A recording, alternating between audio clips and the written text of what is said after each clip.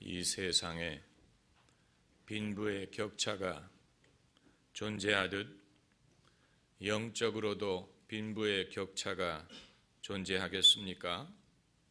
소위 영적으로 가진 자와 못 가진 자가 있겠습니까? 이와 같은 화두로 오늘 말씀을 시작하고자 합니다. 자신의 운명을 당당히 말하는 사람들을 보면 주로 뭔가를 많이 이룬 사람들입니다. 윈스턴 처칠은 자기가 국가를 위기에서 건질 운명을 타고 태어났다고 말했습니다. 그리고 그 말이 옳았습니다. 그러나 그건 처칠 정도 되니까 그런 말을 할 수 있는 것이고 세상에 그런 대담한 말을 할 수 있는 사람은 극소수에 불과합니다. 평범한 사람 중에 몇이나 자신의 삶에 어떤 운명이 있다고 생각하며 살겠습니까? 그렇게 말하는 것조차도 민망하게 들릴 수가 있는 것입니다. 하나님이 우리 삶에 어떤 뜻과 계획을 갖고 계시다는 말이 무슨 뜻이냐? 그게 진짜냐? 아니면 듣기 좋으라고 하는 말이냐? 평범하게 사는 사람 대부분을 보면 그런 것 같이 보이지 않고 또 설사 하나님의 뜻이 있더라도 그것 때문에 별로 호강하며 사는 것 같이 보이지 않습니다. 여러분, 인생은 어렵습니다. 왜 많은 사람들이 운수를 신봉하느냐? 인생이 어렵기 때문에 그런 것입니다. 운세니 운순이 미신을 신봉하는 사람들이 그 사람들이 나빠서가 아니고 인생이 어렵다 보니까 그렇게 되는 것입니다. 어쩌다가 일이 잘 풀리게 되면 사람들은 거기에 어떤 계기가 있으리라고 생각을 하고 우연한 계기를 반복하려고 합니다. 그러다 보니까 미신이 탄생하는 것입니다. 만일 시험을 보는 날 검정색 외투를 입고 갔는데 시험을 잘 봤다. 그럼 그 다음부터는 시험을 볼 때마다 그 코트를 입고 갈 것입니다. 그 코트가 소위 럭키 코트가 될 것입니다. 반대로 빨간색 넥타이를 맨 날 일이 풀리지 않았다면 다시는 그 넥타이를 매지 않을 것입니다. 언럭키 넥타이가 될 것이기 때문에 사실 생각하면 까마귀 날자 배 떨어지는 식의 우연일 뿐인데 사람들의 두려움과 간절한 소원이 미신을 탄생시킨 것입니다. 우리는 운수를 신봉하는 사람을 나무랄 수는 없습니다. 다만 그들이 올바른 신앙을 갖게 되기를 바랄 뿐입니다. 어떤 우연한 운수가 아닌 하나님의 도움을 경험함으로써 올바른 신앙을 갖게 되기를 바라는 것입니다.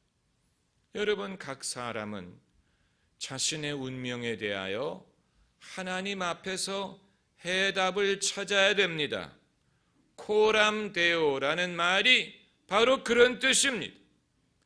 어떤 교회를 갔더니 그 교회 현관에 코람데오라고 써놓고 뭐라고 번역을 했는지 아십니까? 하나님 면전에서라고 번역을 했어요. 하나님 면전에서든지 하나님 앞에서든지 모든 사람은 하나님 앞에서 자신의 인생에 대한 해답을 얻어야 됩니다.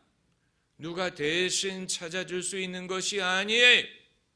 누가 대신 찾아주면 설득력이 없습니다.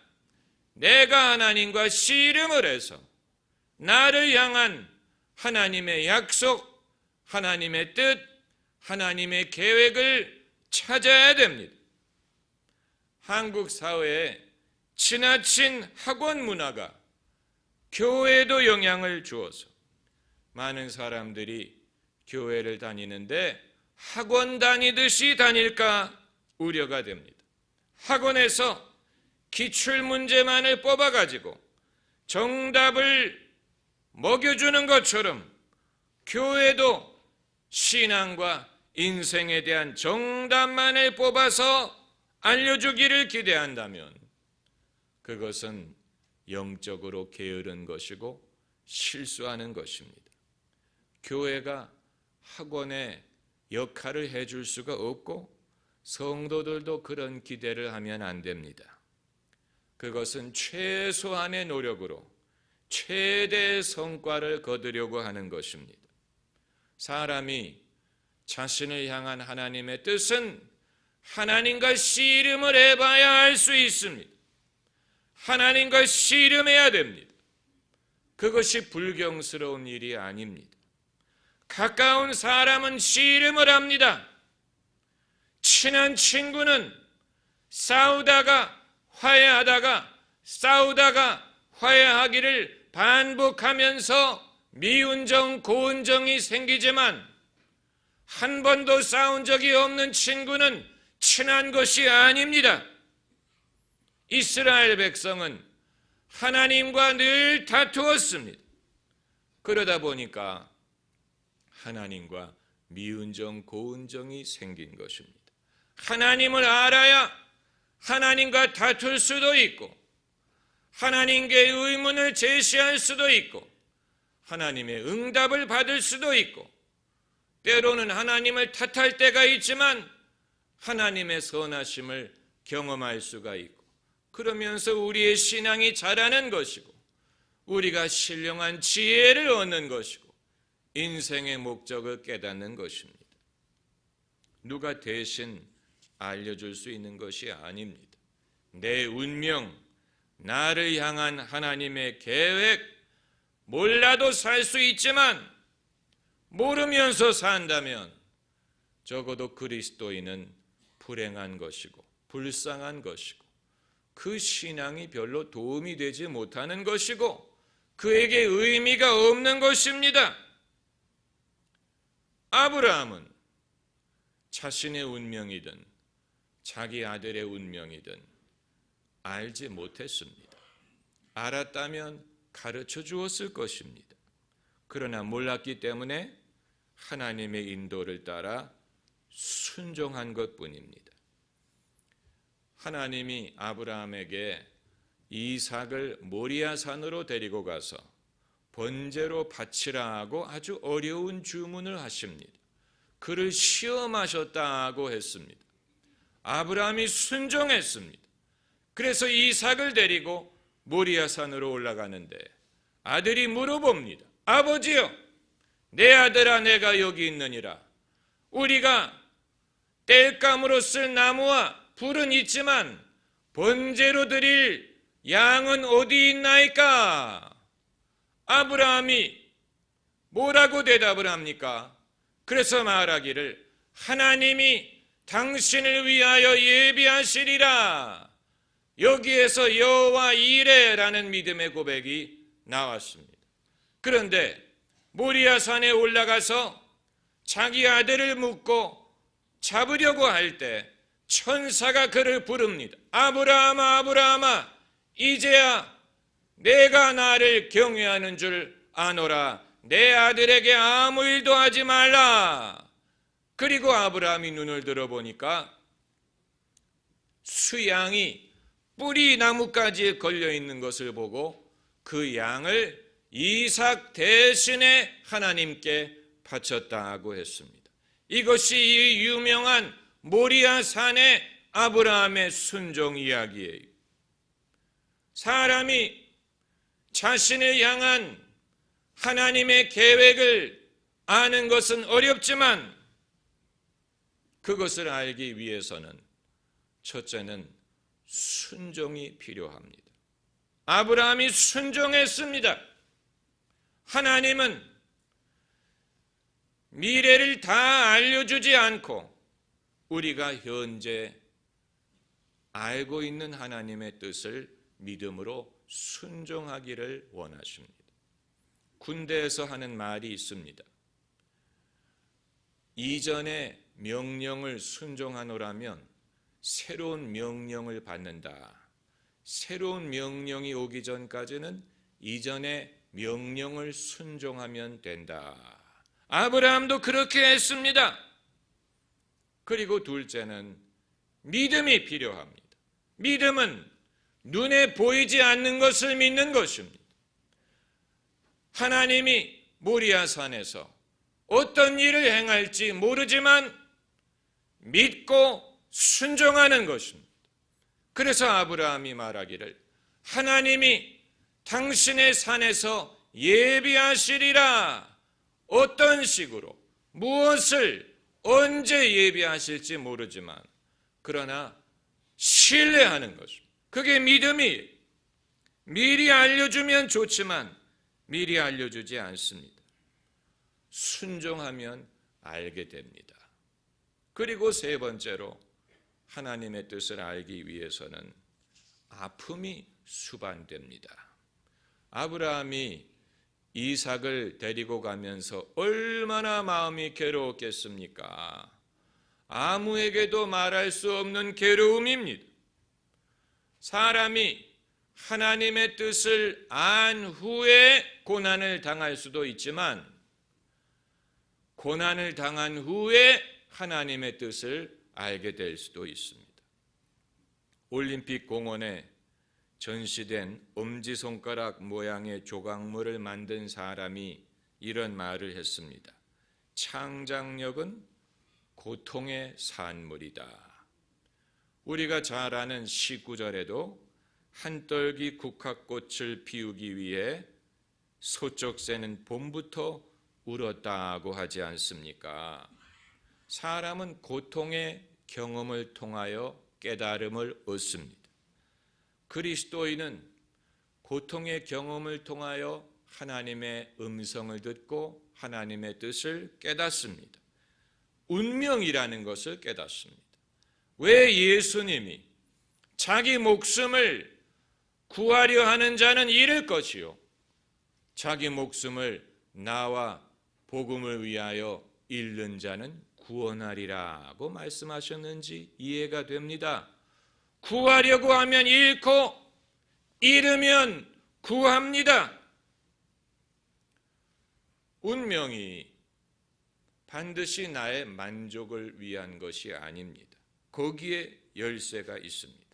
운명이란 더 큰 의미에서의 사명을 말하는 것이지 나의 만족을 위한 것이 아닙니다. 자기 만족을 추구하는 사람은 운명 같은 거 필요 없습니다. 그냥 개념 없이 살면 됩니다.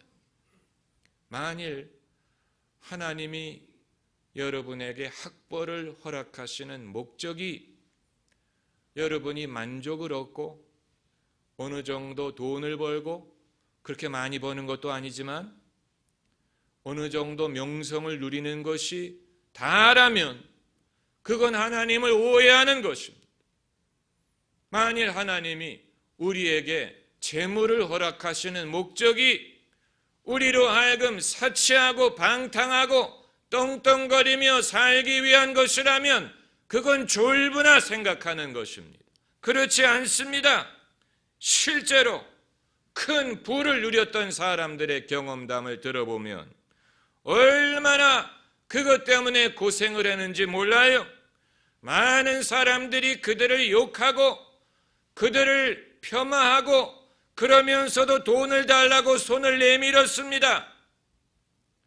만일 하나님이 여러분에게 국가의 지도자의 사명을 주시는 목적이 여러분이 떵떵거리고 자기 뜻을 이루면서 살기 위한 것이라면 그것은 하나님을 오해하는 것입니다. 우리나라뿐만이 아니고 어느 나라든 국가의 지도자를 보세요. 얼마나 고생합니까? 몇 명이 감옥을 가고 몇 명이 죽습니까? 칭찬받는 사람은 소수에 불과합니다. 유복하게 사는 것이 목적이라면 국가의 지도자를 꿈꾸면 안 됩니다. 운명이란 그런 것입니다. 나의 만족을 위한 것이 아닙니다. 하나님이 내게 복을 주시든 하나님이 내 길을 예비하시든 그것은 내 만족의 차원을 떠나 하나님의 나라와 하나님의 의로움과 하나님의 거룩한 뜻을 이루기 위한 것입니다. 그것을 알지 못하는 사람은 하나님의 뜻을 알기가 어려워요. 아브라함이 이삭을 데리고 올라간 모리아 산이 나중에 예루살렘이라는 지명으로 알려지게 됩니다. 바로 그곳입니다. 하나님이 아브라함에게 자기 독자 이삭을 번제로 바치라고 말씀하신 그곳에서 이후에 하나님의 독생자 예수 그리스도께서 십자가를 지고 죽으십니다. 그러므로 아브라함에게 자기 독자 이삭을 바치라고 하신 것은 장차 하나님의 독생자 예수 그리스도를 주실 것을 예표로 보여주신 것입니다. 그것을 떠나서 이 사건을 이해할 수 없습니다. 마찬가지로 우리도 예수 그리스도를 떠나 우리의 운명을 이해할 수 없습니다. 그리스도인의 운명은 자신의 만족이나 자신의 명예를 위한 것이 아니고 예수 그리스도와 예수 그리스도의 큰 구원을 이루기 위한 것입니다. 예수 그리스도의 큰 구원을 누리고 그것을 이루기 위한 것입니다. 우리의 시련, 우리의 인내를 통하여 예수님의 큰 구원이 이루어질 수 있다면 우리의 시련은 헛되지 않은 것이요, 우리 모두에게는 귀중한 운명이 있는 것이요, 바로 여기에 우리를 향한 하나님의 궁극적인 계획이 있는 것입니다. 기도하십시다.